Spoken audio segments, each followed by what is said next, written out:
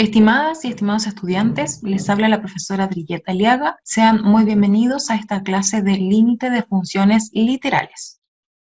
Los indicadores de desempeño son los siguientes. 1. Identificar estrategias adecuadas para el cálculo de límites. 2. Uso de factorización, a través de productos notables, racionalización y división por la máxima potencia para calcular límites con coeficientes literales. Y 3, vamos a utilizar la variable auxiliar para determinar también límites de funciones. Los contenidos, por tanto, son álgebra de límites, vamos a trabajar con propiedades de límites y límite de funciones literales. ¿Qué sería entonces el límite de una función con coeficientes literales? Básicamente son aquellos límites en los que se quiere analizar una expresión general, es decir, una función que contiene constantes literales, no numéricas, ¿sí? Por ejemplo, acá tenemos el límite cuando x tiende a b, de a más b menos x al cuadrado, menos a cuadrado dividido en b menos x. Por lo tanto, al calcular el valor de este límite, lo que nosotros vamos a obtener es una expresión con letras, no con números directamente, porque la función ya es una función literal. Las estrategias para el cálculo de límites. Bueno, nosotros ya sabemos de clases anteriores que el cálculo de límites de una función requerirá justamente determinadas estrategias para calcular su valor, puesto que tenemos numerosas funciones que poseen asíntotas, ¿cierto? El dominio tiene algunas restricciones en los números reales, impidiendo justamente así calcular límites a través de sustituciones directas. No podemos. Y para eso necesitamos ocupar alguna estrategia que nos permita justamente determinar el valor del límite. Ahora, ¿qué vamos a hacer nosotros? Bueno, nos vamos a centrar en 4 estrategias particulares en esta clase, que sería la factorización a través de productos notables, la racionalización, la división por la máxima potencia y también el uso de cambio de variable o variable auxiliar, ya para determinar límites de funciones que poseen sus coeficientes literales. Entonces, primero que todo, para calcular cualquier tipo de límite, nosotros si consideramos el límite cuando x tiende a de una función f de x, vamos a realizar el siguiente procedimiento. No es que tengamos que ponerlo paso a paso, así como 1, hacemos esto, 2, lo otro, pero este análisis sí o sí va en nuestra secuencia de resolución. Uno tiene que pasar por este tipo de análisis para poder trabajar con la expresión correctamente. Por lo tanto, primero determinamos el dominio de la función. Y si el x igual a a pertenece al dominio de la función, el número al que tiende, ¿cierto? El x, si pertenece al dominio de la función, entonces podemos directamente reemplazar ese valor de a en nuestra función. O sea, calcular f de a, y ese va a ser el valor de nuestro límite, ¿sí? Pero si ese valor de a no pertenece al dominio de la función, nosotros calculamos también f de a, aparte, ¿cierto? No va a ser el resultado de nuestro límite, pero sí lo vamos a calcular, y esto nos va a permitir determinar si nos queda el f de a de una forma indeterminada, ¿sí? La forma indeterminada la podemos encontrar de la forma 0 partido en 0, infinito partido en infinito, 0 por infinito, 1 elevado a infinito, y hay otras formas indeterminadas también que se van a trabajar posteriormente en otros cursos. Ya, en particular, nosotros nos vamos a centrar en las dos primeras y en las dos últimas en los límites elementales, ¿sí? Entonces buscamos alguna estrategia para que nos permita encontrar una función g de x. Recuerden, la función g de x es aquella que se comporta exactamente igual a la función f de x para todos los valores de x distintos de a, ¿sí? Por lo tanto, no importa que el f de x no tenga su imagen en a, ¿cierto? O sea que al evaluar el a no tenga una imagen, porque nosotros para determinar su límite vamos a trabajar con la función g de x. Y aplicamos entonces la estrategia que elijamos, calculamos el límite y vamos a concluir, ¿ya? Una cosa importante que hay que recordar siempre es que para que exista el límite nosotros necesitamos determinar justamente los límites laterales. Por lo tanto, si nos preguntan por la existencia del límite, calculamos límite lateral por la izquierda, por la derecha, y si eso nos da un valor numérico de alguna forma, o puede ser literal, pero no podría ser infinito, y no pueden ser dos valores distintos, tiene que ser un mismo valor. Entonces, en ese caso, existe el límite, ¿sí? Y va a tomar también el valor de L. Comenzamos entonces por el primer método que vamos a trabajar en esta clase de factorización a través de productos notables. Tenemos el primer ejemplo y nos piden determinar el valor del siguiente límite. El límite cuando x tiende a b, de a más b menos x, todo eso al cuadrado, menos a cuadrado partido en b menos x. De esta forma, lo primero que vamos a hacer es determinar el dominio de la función a la que queremos calcular el límite en este valor en particular. Entonces, podemos notar que por el tipo de función que tenemos, la única restricción que tiene que ver con el denominador. El denominador no puede ser 0, por lo tanto, el x no podría tomar el valor de b. Eso quiere decir que el dominio de esta función son los reales menos el elemento b. ¿Sí? Y como el b no pertenece entonces al dominio de la función y el x tiende hacia el valor b, entonces vamos a tener que pasar al paso 3 y vemos si al evaluar f de b, o b en la función f más bien, nos da una forma indeterminada. Podemos notar que al hacer eso nosotros tenemos a cuadrado menos a cuadrado en el numerador, porque estos b se van a cancelar, y en el denominador b menos b, ¿ya? Así quedando la forma 0 partido en 0. Por lo tanto, buscamos alguna forma, alguna estrategia para determinar este límite, ¿cierto? Y en este caso podemos notar que en el numerador tenemos un cuadrado de trinomio, ¿sí? 3 términos elevados al cuadrado. Por lo tanto, vamos a recordar que el cuadrado de trinomio está dado por, si yo tengo un x más y más z, y eso al cuadrado, nosotros lo podemos escribir como cada uno de esos valores al cuadrado más el doble de las combinaciones de 2 en 2. 2 por xy más 2 por xz más 2 por iz. ¿Sí? Eso sería nuestro cuadrado de trinomio. Si, por ejemplo, en este caso, como tenemos un valor negativo, vamos a tener a más b menos x. Calculamos el cuadrado de cada uno, a cuadrado, b cuadrado, más x cuadrado. Y acá en las combinaciones tenemos que considerar el signo de los valores que vamos a multiplicar. Así que nos queda a por x, en el fondo nos va a quedar menos 2ax. A por b nos va a quedar positivo, más 2ab. Y el b con el x, también el x es negativo, así que nos va a quedar menos bx. Dos veces, ¿cierto? Menos 2bx. Así que esto es lo que nosotros vamos a hacer. Vamos a resolver este cuadrado de trinomio para tratar de reducir algunos términos, ¿cierto? Y podamos encontrar una estrategia algebraica adecuada. Por lo tanto, aquí vemos en la resolución y efectivamente está resuelto cuadrado de cada uno de los términos, ¿cierto? Acá tenemos las combinaciones. 2 veces AB, ahí aparece 2AB, menos 2 veces el AX, menos 2AX, y menos 2 veces BX, menos 2BX. ¿Ya? Y así nos queda la expresión. Y como esto se estaba restando con a cuadrado por el límite que nos daban, entonces ese a cuadrado se va a cancelar con ese a cuadrado negativo.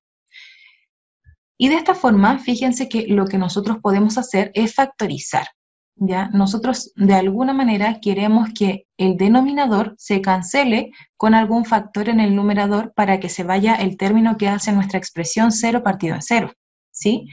Y por eso vamos a tratar de factorizar de manera que en el numerador nos quede un b menos x.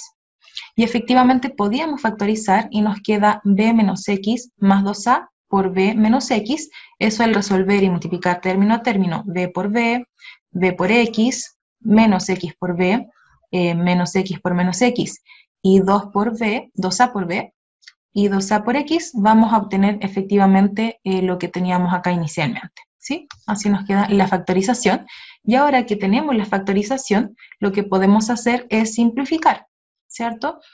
Y ese factor, esos factores se cancelan y nos quedaría el límite solamente del primer factor. Y ahora que ya encontramos esta función, fíjense que esta función encontrada corresponde a nuestro g de x. del que estamos hablando, de que es una función que se comporta igual a nuestra función inicial, excepto en el punto x igual a b. Entonces encontramos ya nuestra función g de x y ahora podemos evaluar directamente porque ya no se va a indeterminar en este valor b. Y nos queda b menos b más 2a, ¿cierto? Acá los b se van a cancelar y nos queda finalmente 2a. De esta forma encontramos el límite solicitado y recuerden que siempre vamos a concluir nuestro resultado. Por lo tanto, el límite de a más b menos x al cuadrado menos a cuadrado partido en b menos x, cuando x tiende a b, es igual a 2a. Aquí ocupamos el método de factorización a través de productos notables. Vamos al segundo ejemplo, que va a utilizar el método de racionalización, y nos pide determinar el valor del siguiente límite. Y nos dan el límite cuando x tiende a a, de raíz de x menos raíz de a, partido en x menos a. Por lo tanto, lo primero que vamos a hacer es determinar el dominio de la función. Fíjense que este valor es un valor constante, entonces no nos interesa analizarlo, pero sí o sí tenemos que analizar qué pasa con la variable. En este caso, para que la función sea una función en números reales, sí o sí x tiene que ser un valor mayor o igual a 0. ¿Sí? ¿Puede tomar el valor 0? Por supuesto, raíz de 0 existe, ¿cierto? Y el denominador no hay ningún problema que tome el valor 0, porque 0 menos a nos da menos a, por lo tanto nuestra función está en los reales positivos unidos al 0. Pero tenemos que restringir que, por supuesto, x no puede ser igual al valor a. Por lo tanto, como el a no pertenece al dominio de nuestra función, tenemos que pasar a nuestro paso 3. Evaluamos la función en a para ver qué forma indeterminada queda, o si efectivamente nos queda una de las formas indeterminadas, y acá al evaluar nos queda 0 partido en 0. De manera que buscamos una estrategia adecuada algebraicamente para poder encontrar este límite. Y la forma que vamos a utilizar es justamente la racionalización. Recuerden que el objetivo de la racionalización para términos de límites tiene que ver con, de alguna forma, ocupar esta suma por diferencia que se forma al multiplicar por el conjugado. No quitar las raíces del denominador. El objetivo de ocupar este 1 conveniente tiene que ver con que se vayan estas raíces y que podamos ocupar una suma por diferencia. Por lo tanto, lo primero que hacemos es multiplicar por su conjugado. Numerador, ¿cierto? Raíz de x más raíz de a, y denominador lo mismo. Y esto no es nada más que un 1 conveniente, ¿sí? Esto corresponde a un 1 conveniente. Entonces, este 1 conveniente nos va a permitir, efectivamente, en el numerador, encontrar una suma por diferencia, porque nos queda la raíz del primer término al cuadrado, menos la raíz del segundo término al cuadrado. Entonces, como tenemos raíz de x al cuadrado, de alguna forma, como la raíz y la cuadrática son operaciones inversas entre ellas, se cancelan de alguna manera, ¿cierto?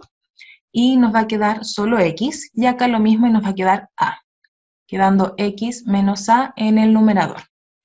Denominador nos queda tal cual, el mismo factor que teníamos inicialmente, multiplicando a este denominador del 1 conveniente. Y fíjense que ahora podemos simplificar numerador y denominador. Y efectivamente ese es el término que hacía nuestro 0 partido en 0 la expresión. Y ahora nos queda solamente 1 partido en la raíz de x más raíz de a. Y aquí ya encontramos la función g de x, que es la función que sí tiene imagen definida en x igual a a. Por lo tanto, reemplazamos el x por a, y nos va a quedar acá 1, ¿cierto? Partido en raíz de a más raíz de a, y eso al sumarlo nos queda 1 partido en 2 raíz de a. Recuerden que el límite lo quitamos cada vez que nosotros ya estamos evaluando el valor de x en la función, ¿sí? El valor de la tendencia de x en la función. Por lo tanto, concluimos que el límite cuando x tiende a a de raíz de x menos raíz de a partido en x menos a es igual a 1 partido en 2 raíz de a, ¿sí? Esa sería nuestra conclusión al respecto. Vamos con el tercer ejemplo. Vamos a ver en este caso la división por la máxima potencia, ¿sí? ¿Y qué nos queda? Determina el valor del siguiente límite y nos dan, fíjense, una expresión bastante grande cuando x tiende a infinito. Esta división de la máxima potencia justamente se ocupa cuando x tiende a infinito o también cuando x puede tender a menos infinito. En cualquiera de los casos se puede utilizar esta estrategia. ¿Qué es lo que hacemos? Vemos qué pasa con el dominio de la función. Entonces vamos a asumir que a y b son constantes positivas. Acá no nos indica si son o no positivas. Pero asumiendo que son constantes positivas, el dominio de la función estaría dado para los reales positivos. No podemos incluir el 0, porque si esto fuera 0, sí, claramente, si x es 0, al multiplicar por 0 el factor se hace 0, numerador, el denominador más bien, porque toda la raíz nos queda 0 y acá toda la raíz nos queda 0, por lo tanto nos va a quedar una forma indeterminada 0 partido en 0, por este x también que está en el numerador. ¿Ya? Por lo tanto, no consideramos al 0 en el dominio, no es parte del dominio de la función. Solo nos quedamos con los reales positivos. Y bueno, sabemos que en este caso sí o sí vamos a tener que ver qué pasa con la tendencia. Esto no lo podemos hacer realmente, yo lo estoy haciendo para que digamos de alguna manera que no está correcto si yo trato de evaluar infinito en la función. Recuerden que las funciones trabajan con números reales, son números, ¿ya? El infinito no es un número como tal, es un concepto, cuando algo crece tanto como uno quiere, o también disminuye tanto como uno quiere si estamos trabajando con infinito negativo, ¿sí? No puedo reemplazar infinito en la función, pero sí nos da una idea de qué pasa con la expresión. Fíjense que yo lo que hago es decir, bueno, cuando x crezca tanto como uno quiera, porque esto se va al infinito, técnicamente esto nos va a quedar de la forma infinito. En el denominador, la misma idea. Raíz de infinito por infinito. Eso va a ser básicamente infinito y si le sumo infinito, sigue siendo infinito. Así que nos queda de la forma indeterminada infinito partido en infinito. Eso quiere decir que vamos a poder hacer algo algebraicamente, alguna estrategia algebraica. Insisto, no está correcto que evalúen infinito en la función. ¿Ya? Esto, por favor, no lo hagan, pero sí analicen conceptualmente qué está pasando con la expresión, hacia dónde tiende cuando x se va al infinito. Entonces acá les puse la observación que es importante, que se reemplazó por infinito para mostrar claramente la indeterminación, pero no se debe incorporar en una resolución formal, ¿sí? Porque el infinito no es un valor el que yo pueda reemplazar en una función. Por lo tanto, simplemente anotamos que esto tiende al infinito, ¿sí? Cuando f de x, en el fondo x tiende a infinito, ¿sí? Tenemos la forma indeterminada, ¿cierto? E infinito partido en infinito, y vamos a trabajar con esta idea de la división por máxima potencia. ¿Qué hacemos? Analizamos cuál es la máxima potencia. Fíjense que si nosotros analizamos el numerador, tiene exponente 1, ¿sí? Nuestra variable. Si pensamos en el denominador, de alguna manera tenemos aquí un exponente, si multiplicamos término a término, x cuadrado más xa. Y acá todo esto en raíz, ¿cierto? Más, acá la misma idea, tenemos x cuadrado más xb. Pero si nosotros nos ponemos a pensar solamente en el grado de la expresión, fíjense que la raíz de x cuadrado es grado 1, ¿cierto? Porque el cuadrado de alguna forma se va a cancelar con la raíz. Y si calculo acá el grado de la raíz de xa, eso nos queda grado 1/2, ¿sí? Porque la raíz de x nos queda como raíz de x. No es que podamos separar la raíz en la suma, no se puede, ¿cierto? Por propiedades no se puede. Uno analiza cuál es el grado de la expresión considerando que está dentro de una raíz, ¿ya? Ese es el análisis que deberíamos hacer. Este grado, el grado de la expresión de ambas raíces es grado 1, ¿sí? Por lo tanto, vamos a dividir por el grado mayor. O bien, podemos pensar en multiplicar por el inverso del grado mayor. Es lo mismo si yo pongo que estoy dividiendo en x y aquí divido en x, o que estoy multiplicando en 1 partido en x, partido en 1 partido en x. ¿Sí? Esto sigue siendo una multiplicación por un 1 conveniente. Así que el grado aquí, o el valor que divide, ¿cierto? Sería x, porque el grado mayor es 1, ¿sí? Entonces, divido por el grado mayor, ¿ya? ¿Qué podemos hacer con esto? Fíjense que por el denominador podemos separar la raíz en la multiplicación, quedando acá raíz de x por raíz de x más a, más raíz de x por raíz de x más b. Y aquí factorizamos por raíz de x, como queda en esta expresión. Factorizando por raíz de x, ¿cierto? Y dividiendo por el grado mayor, nos va a quedar cada una de las expresiones dividido en x, ¿sí? Aquí no apareció el x. Podemos simplificar en el numerador, simplificamos en el denominador, pero fíjense que acá está elevado a un medio, entonces nos va a quedar aquí elevado a un medio, ¿cierto? Porque aquí estaba elevado a 1, y al simplificar o al ocupar propiedades de potencia, de alguna manera tenemos x elevado a un medio, partido en x elevado a 1, eso nos va a quedar 1 partido en x elevado a un medio. O también lo podrían pensar como x elevado a menos un medio, también sería válido. ¿Ya? El tema es que nos queda en el denominador un x elevado a un medio, ¿sí? Por lo tanto, acá podemos aplicar la propiedad de límites que separa el límite en la división, quedando el límite del numerador dividido en el límite del denominador. El límite en el numerador, como la función dependía de x y a y b son constantes, el límite de una constante independiente de la tendencia de x es la misma constante. Nos queda a menos b. Acá, fíjense que podemos separar. Esto sigue siendo raíz de x, o x elevado a un medio, que está dividiendo a esta parte de nuestro numerador y a esta parte del numerador. Podemos separar en la suma, claramente, y calculamos el límite y separamos por la suma, ¿cierto? El límite de la primera expresión más el límite de la segunda expresión del denominador. ¿Ya? De esta manera podemos aplicar nuestra propiedad de límite y primero nuestra propiedad de potencia, ¿cierto? Y de raíces, que en realidad nos permite esto escribirlo sobre una misma raíz, quedando el límite cuando x tiende a infinito de raíz de x más a partido en x, ¿cierto? Y ahora aplicamos la estrategia de límites, la propiedad, que nos permite sacar la raíz del límite. Y nos queda raíz de x partido en x más a partido en x. Lo podemos escribir así. Esto es 1, ¿cierto? Y acá la misma idea, esto es 1, ¿sí? Y aquí aplicamos nuestro límite. Ya conocemos nosotros por límites elementales, ¿cierto? Esto lo trabajamos en clase, que el límite, cuando x tiende a infinito de una constante partido en el x, eso va a ser 0.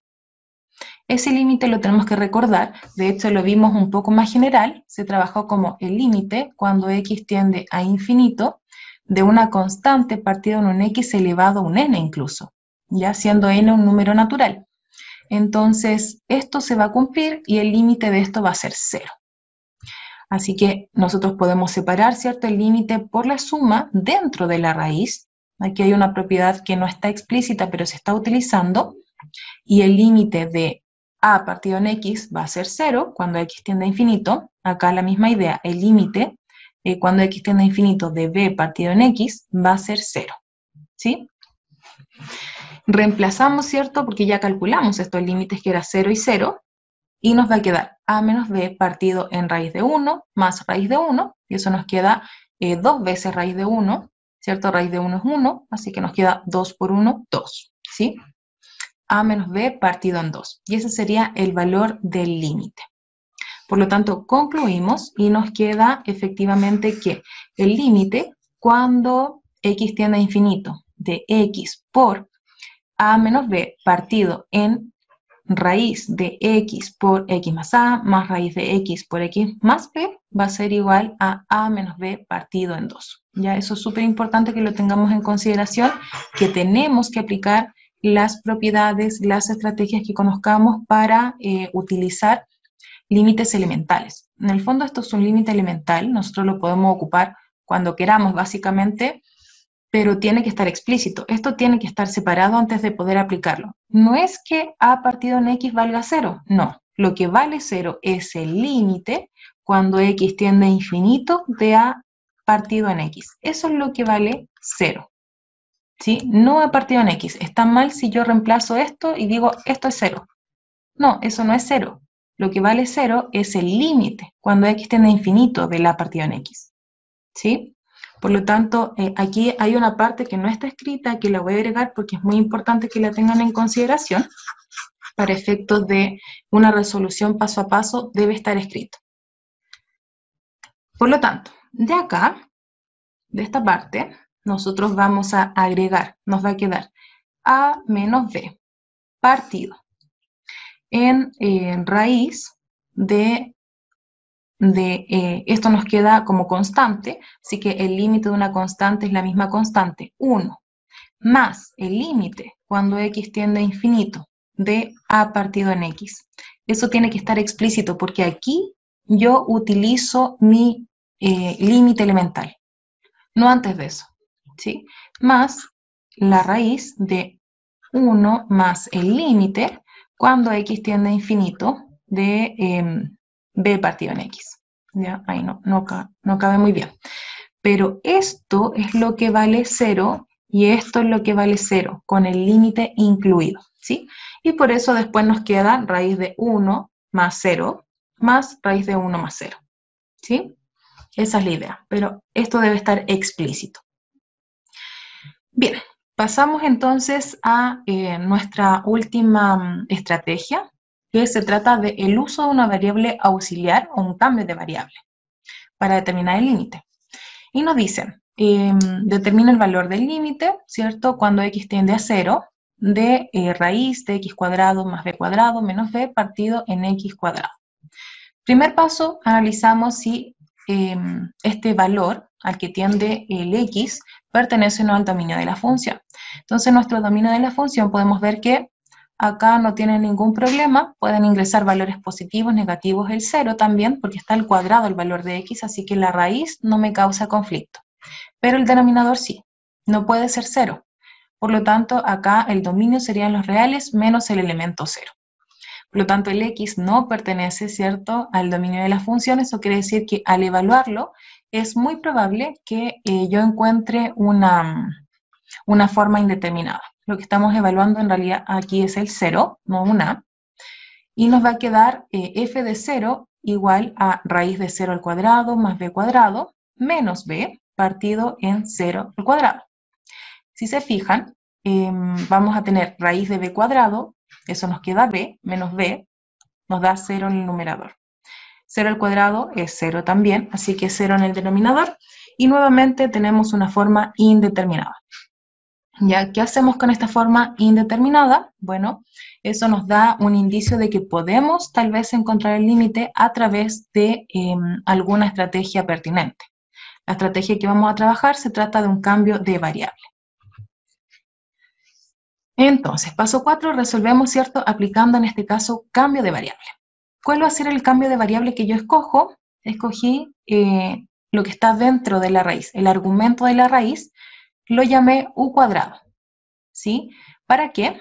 Básicamente, si yo tengo x cuadrado más b cuadrado igual a u cuadrado, de acá puedo despejar algunas cosas. Por ejemplo, el denominador, como es x cuadrado, entonces x cuadrado nos va a quedar igual a u cuadrado menos b cuadrado, ¿cierto? Eso es una implicancia de este cambio de variable que yo escogí inicialmente. Entonces, tenemos cómo reescribir ese x cuadrado en función de u. Y eso es lo que nosotros buscamos. Cambiar la variable, o sea, cambiar el valor de x por otra variable que va a ser, de alguna forma, de quién depende mi función. Y notar otra cosa. Si nosotros tomamos en consideración que x cuadrado más b cuadrado va a ser igual a u cuadrado, y x es lo que tiende a 0, entonces yo ahora tengo que buscar la tendencia de u. Si x tiende a 0, considerando este cambio de variable, la tendencia de u va a ser a b. ¿Por qué? Porque si yo reemplazo acá en el cambio de variable 0 al cuadrado, ¿cierto? Porque x tiende a 0, más b cuadrado igual a u cuadrado, aquí vamos a obtener que b cuadrado es igual a u cuadrado, podemos calcular la raíz y nos queda que b igual a u. Entonces la tendencia que nosotros debemos considerar es que si x tiende a 0, entonces el u tiende a b. ¿Sí? Esto tiene que ver con la tendencia nueva que estamos nosotros utilizando. Y reemplazamos, ¿cierto? Si yo calculo la raíz ahora a este cambio de variable utilizado, raíz en cada caso, nos queda efectivamente todo el término que está acá. ¿Sí? Y nos va a quedar entonces que u va a ser igual a la raíz de x cuadrado más b cuadrado. Aquí está mi u, ¿sí? Menos b, el b lo conservo, es una constante, y este x cuadrado lo escribo en función de el u, y nos queda u cuadrado menos b cuadrado, por esta expresión que nosotros encontramos acá, ¿sí? Entonces nos va a quedar, fíjense en el denominador, una suma por diferencia. Por lo tanto, factorizamos y se nos cancela numerador-denominador, que básicamente es lo que hace 0 mi expresión. Y nos va a quedar el límite cuando u tiende a b de 1 partido en u más b, donde esta expresión corresponde justamente a nuestro g de x que estamos buscando. De alguna manera aquí es un g de u, ¿cierto? Porque cambiamos la variable. Pero esa es la función que ahora va a tener una imagen asociada en el u tendiendo a b. Y si nosotros reemplazamos, finalmente nos va a quedar 1 partido en en b, ¿cierto? Porque el u tiende a b. Entonces reemplazamos este u por b más b, y eso nos va a quedar 1 partido en 2b, que es nuestro resultado final. De manera que el límite cuando x tiende a 0 de raíz de x cuadrado más b cuadrado menos b, dividido en x cuadrado, nos queda igual a 1 partido en 2b. Esa sería nuestra conclusión. Por supuesto, no están obligados a ocupar cambio de variable. Por ejemplo, acá, si ustedes ven la raíz y quieren trabajar con la racionalización, y es una estrategia que les sirve para hacerlo, no hay ningún problema.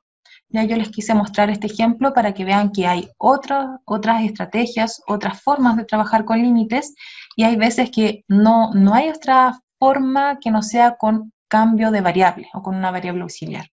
Por lo tanto, era bueno integrar esta idea de que nosotros podemos cambiar la variable, podemos determinar quién es nuestro u, y de alguna forma cambiar la tendencia. Esto es súper importante, muy, muy importante, que si yo cambié la variable, tengo que cambiar también la tendencia. ¿Y cómo encontré esa tendencia? De esta igualación. Como el x tendía al 0, y yo estoy considerando que x cuadrado más b cuadrado es igual a u cuadrado, entonces despejo considerando el x igual a 0, y encontré un b igual a u, que esto nos indica la tendencia del u, de nuestra nueva variable, ¿sí? Así que de esta forma lo determinamos, y es súper importante. Si cambia la variable, entonces también cambia el valor que estamos buscando por la tendencia, porque básicamente la función ya no estaría dependiendo de x, sino que estaría dependiendo de u. Esa sería nuestra variable, ¿sí?